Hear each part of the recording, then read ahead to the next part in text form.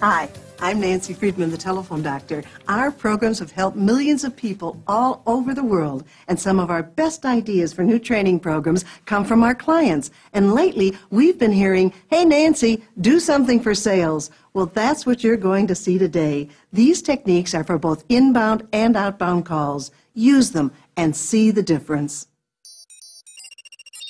A, ask for time to talk. When we call a prospect, client, or really anyone, they probably aren't just sitting there hands folded with nothing to do. They're busy doing their own work.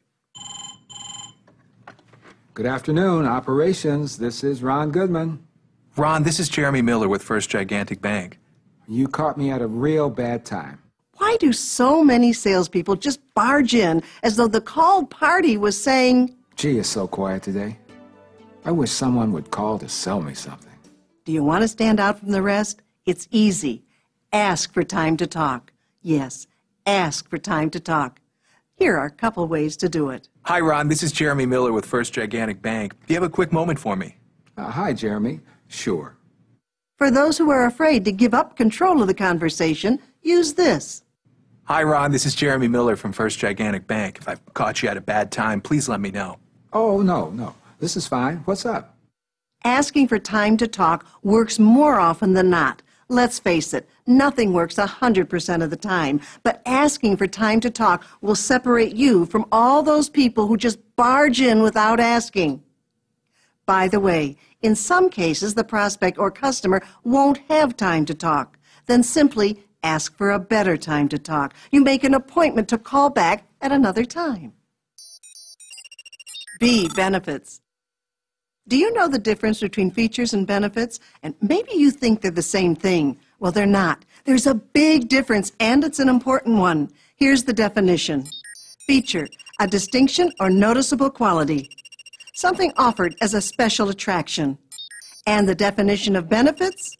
Anything that is helpful or advantageous for a person or thing. Something that contributes to or increases one's well-being. And when you think about it, features tell, benefits sell. Let's see. So a feature might be our flat rate plan, which includes unlimited long-distance calling and text. And a benefit to such a plan might be the ability to communicate with all the important people in your life without ever having to worry about accidentally running up your monthly bill. You've got it. The features are the facts. The benefits are what these facts will do for the customer. Now, the reason we're talking about features and benefits is because the features are what most salespeople stress. Benefits are what the customer buys. You'll be able to sell better and answer the question every customer asks, "What's in it for me?" And after you mention a feature, tell them, "Here's what that means to you," or "Here's why that's important to you." Then, talk benefits. C, closing. We could do a whole series of programs just on closing the sale. There are dozens of closing techniques, but for right now, let's understand more clearly exactly what closing a sale is. Closing is any question you ask or action that you take that results in a commitment to do business. Question closes are very common and can be very gentle. There are single closing questions like, Would you like to go ahead with this new service? When would you want to receive your new phones? Where should we mail the policy? There are dual closing questions, sometimes called alternative choice, where either answer is your confirmation to go ahead. Now, did you need 2 or 4 boxes of checks? Would you like the basic handset or the one with the advanced GPS? Do you prefer monthly premiums, or would paying annually be more convenient? A major reason business is lost is simply that the sales executive didn't ask the prospect to buy. And when that happens, instead of truly being in a sales situation, you're just having a conversation. You should always ask for the order by asking closing questions near the end. D, discipline. If I were to ask you what characteristics separate a very good salesperson from an average or below average salesperson, what would you say? Rapport building? Presentation skills? Closing? Well, those are all factors for a successful sales career, but there's one more. Show me a top-performing salesperson, and I'll show you someone with discipline. Discipline can mean a number of things, but here we're referring to self-control and great work habits. Unfortunately, not everyone has discipline. Alrighty then. I've got my quota a little early. Let's go ahead and take a break and see what's going on the sports websites here. Jeremy is doing something that costs the business world millions of dollars in lost productivity. He's surfing the web for his own entertainment. You better hope that First Gigantic Bank doesn't have software that monitors individual web use and reports it to management. But more important than enforcement, Jeremy needs to have the discipline, the self-control to have great work habits. He'll need that discipline if he wants to get ahead at the bank. Okay, I've made my quota for today, but I have that big proposal pending at Midwest Mortgage Makers. And I'm supposed to call them next week, but let's just see if they're available. I mean, they could be ready to go ahead now. That's much better. Jeremy's discipline is helping him possibly get a big order today, and that's the overall discipline that comes from exceeding expectations, daily goal setting, good time management, and hard work. That's personal discipline. Well done. E. Echo questions. Sometimes you need a bit more information or a clarification from the person you're talking with. When you say, "What?"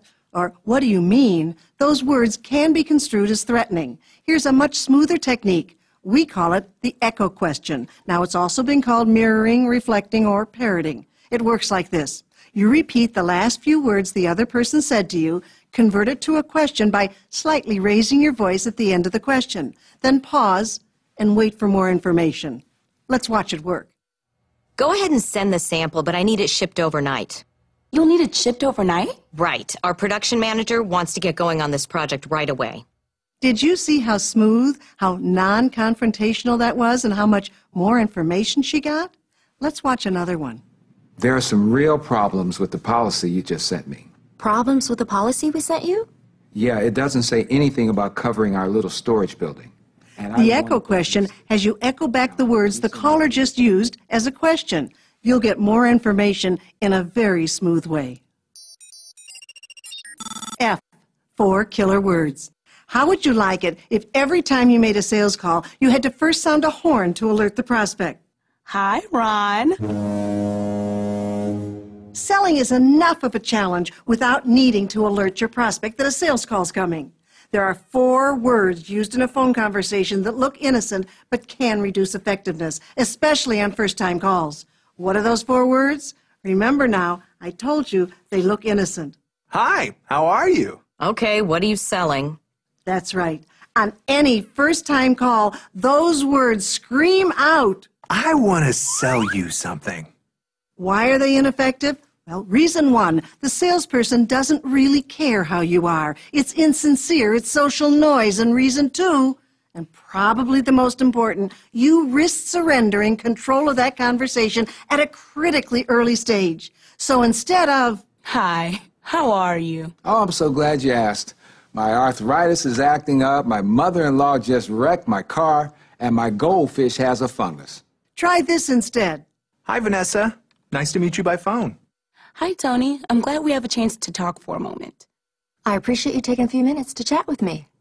For better results, eliminate the 4 killer words. Hi, how are you? G. Go home ready to begin. When you get set to go home at night, what does your work area look like? Where are my car keys? Cool. Remember, what you leave tonight will be waiting for you the next morning when you come back to work. Being organized is more than a slogan. It's a way of life for the professional person on the phone. At the end of the day, organize your area for the next day. Have a callback list ready for your return to work. And try to have a few calls you're excited about at the top of the list. It's much nicer to come into an organized area that's neat and inviting than to come in and be greeted by a mess. Go home ready to begin.